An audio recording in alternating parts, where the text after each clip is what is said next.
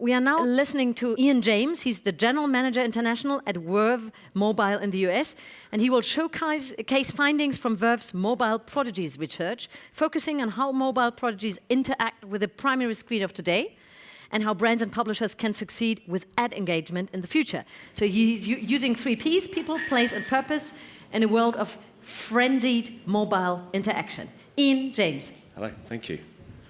Thank you very much. It's a pleasure to be here this afternoon. Good afternoon. Great introduction already, but I'm the GM of Verve, and today I'll give you an overview of a piece of research that Verve ran last October to 3,000 mobile-savvy consumers who we call the mobile prodigies, but represent the Millennials and Gen Z in the mobile environment. So just to give you a little bit of background then, Verve is a business that connects brands with consumers through the smart use of location data and device technology. And we partner with leading apps across the globe. It was brilliant listening to the view of content from timing there, actually. It gives us a great context for thinking about the behaviors of consumers in a more broader sense across that app environment or the publisher environment. Personally, I've spent many years working with some of the largest brands and really understand some of that content approaches and the need to be brave, having worked with Bacardi over the years as a client, but also in agency networks and more latterly in data organizations. And the reason I mention that is because I don't think I've ever been more excited than I am now about the opportunity that's in front of us all in terms of the mobile device specifically, and about how brands can come together with consumers to create some awesome experiences. But these mobile prodigies, or millennials, or Gen Z, if you like, I'll just call them mobile prodigies if you don't mind as we move through this, are guys who've never lived in a world without the mobile device. And mobile's their connection to the world of news, social activities, and interactions. And it does present the backdrop, really, for how brands are challenging, or need to challenge conventional approaches to the world where their consumers are spending time, because the conventional approaches are being deeply challenged, not only in terms of content, but also in terms of available data and also the available context in which consumers want to be engaged with. And our research really pinpointed a few very key areas. So these are the guys that have got a really tight bond with their mobile device. Okay, they live in a world where really they've never lived without a mobile device, and it moves with them in every point of their day.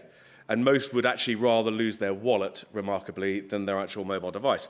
Now, that didn't surprise us particularly, but what it did really indicate is an interesting insight that the shift from the mobile device as merely a communication device to being one about utility. And therefore that has a direct impact on the way that brands need to think about how we engage with these consumers. I think the interesting fact is there's, in the UK, apologise for pointing at the UK, but the UK, there's over 300 million contactless engagements, so payments over devices, which is 2x on last year. Really shows that the reason for losing wallets over phones is often now that is the wallet. So that has a massive impact on the context that we're talking to these consumers in. Secondly, over 80% are spending more time in apps. So apps are growing in popularity, with respondents spending more time there than the web. And I think, again, what that really suggests is that it's time to think differently about what the different environments are, app versus web. So if you're not addressing that as brands right now, that's something that needs to be high on the agenda. They do offer up completely different environments and do require a different approach. Interestingly, actually, there was some IAB research in the UK over the last few weeks that showed that actually the ad blocking, directly relevant to this particular piece of insight, ad blocking has tapered out at 22%. So that's not grown year on year. Interestingly, because what it's showing is a shift back to premium content publishers. Interesting, again, we've heard lots of stories about that across the day. That's definitely a trend, I think, as well, very topically, and I won't comment on it, but observing what's happening with Google right now and brands in the UK, if you haven't seen it, have a look. Clearly a big furore around what bad content can look like and how ads can be played out against them. This is true in the mobile context more than anywhere, where brands need to be completely aware that they can be ad blocked very easily if brands do impinge on good context, but also attach themselves to bad content. Finally, ads do influence. That's the good news for all of us in this particular industry, content providers, advertisers, agencies, and technology providers alike. 95% do report that their purchases are influenced by ads that they see. Extremely high result, and actually that was quite surprising, if I'm being brutally honest. But what the mobile prodigies are telling us is that if done well, this is an incredibly effective environment and a welcome environment. And in fact, that was one of the big standout messages across all of the research, actually, was how the mobile prodigy or the Millennials, Gen Z environment, a consumer, is very sensitive to the fact that they are sharing a lot of data and are very happy to do that. Right? So, actual fact, they're willing to engage, but they're very open-minded to the fact that they have an awful lot of data that they are happy to share if it improves their ability to engage. And I'll talk a bit more about that shortly. But that was a big standout fact that suggests that that engagement piece is actually directly related to some of the behaviors that brands are expected to have in the advertising and content environments. So let's surface up some of the key takeouts for you. 3 significant areas. Personalization. This really speaks to the all-about-me attitude of mobile prodigies. They're a very demanding group, and they expect ads to be personalized to them. They want to be seen as individuals. And I'll talk in a bit more detail about what that really means and practically. Relevancy. This is and excuse the vernacular, but don't piss me off message from these consumers. They want ads to understand who they are, but more importantly, where they are. All right, so location and context is something that's born out of that particular insight from the research. So where have I been and where am I likely to be going? Where do I go often? Are things that actually Verve specializes in as an organization, but has proven out from this research to be very, very important to these consumers. So context derived from that data that they're quite willing to share that I mentioned earlier. That says, don't serve me an ad that doesn't relate to where I am today. So there's personalization and relevancy. But that actually, engagements, I'm up for it if it's done right.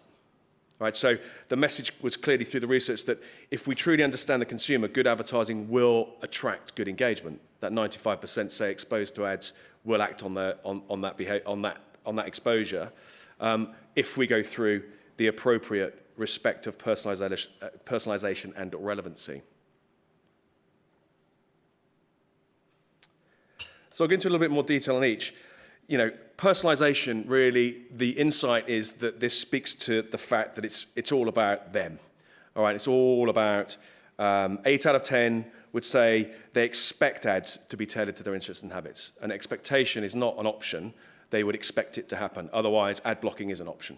Although the fact that it's tapered out, ad blocking is a very real option for consumers, and they're very aware of it. They're also very aware they're sharing lots of data.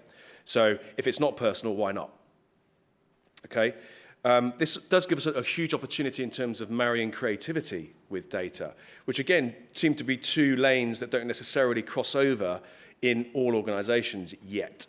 And we're seeing here this demand for personalization is really also demanding the marrying of creativity with smart insights derived from the data. Increasingly, to follow on from personalization, there's a greater demand for relevancy. The message really, it's all good presenting a tailored ad, but does it suit the mode of movement that particular consumer is in? And by that, we mean, is it the end of the day, the start of the day? Is it times when consumers are in a mode of using their mobile device in a more utility fashion than a communication fashion?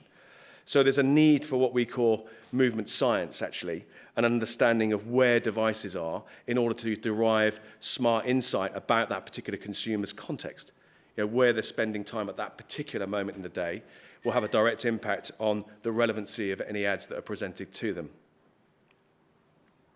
And this brings us on to the last real insight area around engagement, that I'm up for it if I get it right, if you get it right. As a consumer, they're telling us they're up for it if the content provider and the advertiser get it right. And this is where brands can be really innovative in order to encourage that engagement. A 42% click on an ad is a remarkable statistic, given the fact, and checking my note, is 0.17% is the average desktop click-through rate. So this is real research of 3,000 mobile prodigies. It's not something that we've just discovered. It's something we've just been told through this research. Okay, so the outcome of that is it's worthwhile. So there is a huge uptick in efficacy if we go through the process of improving personalization, improving relevancy. Engagements do improve. So how do we get this right? I mean, to connect with millennials and Gen Z, according to them, it's pretty simple. Okay, you've got to personalize the experience. You've got to improve relevancy by understanding their context or mode. For example, location, but it's one of many examples of how you can really get into that contextual environment. And your efforts will be rewarded with greater engagement. So those are the key takeouts, and I'm happy to take any questions on that. Definitely. Thank you very much. Any question from you? Not so far. I started with one. Interestingly, if I watch my generation, I'm 50 now, and we have been a long time very aware of data safety and the question, do I want to share this data? So this generation is totally opposite, means like they are not afraid at all that in every single movement they are kind of watched and X-rayed. Yeah, that was the really big surprising standout of this, that shared data is a given. This generation is quite happy to do that. You know, and to give that data in return for smarter personalization, better relevancy, better content, more access to content, they're happy to do so. Okay, can you make that a bit more practical? That means you have an ad and you say like, what can be the moment? The moment can be of waking up, being not very happy to go to school or anything like that. Later in the day you are shopping or anything. How would you differentiate the ads? What would happen then? And how much do you need? Because this is very costly. Yeah, okay, well I think the main thing is, if you think about location as a very good example. Okay, so location would be, where are you spending time throughout your day? Think of your own mode of movement, where you spend time in the mornings, where you might travel to, where you might find entertainment, where you might travel. So those are all modes of your movement, your device movement, that say a lot about you. So it's actually a great way of deriving some great insights about you as an individual are based on that data. That data can then be used and enhanced with other data segments, might be where you live, to enhance by probably the value of your property, for example, or the kind of work you are, because location would say where your workplace might be.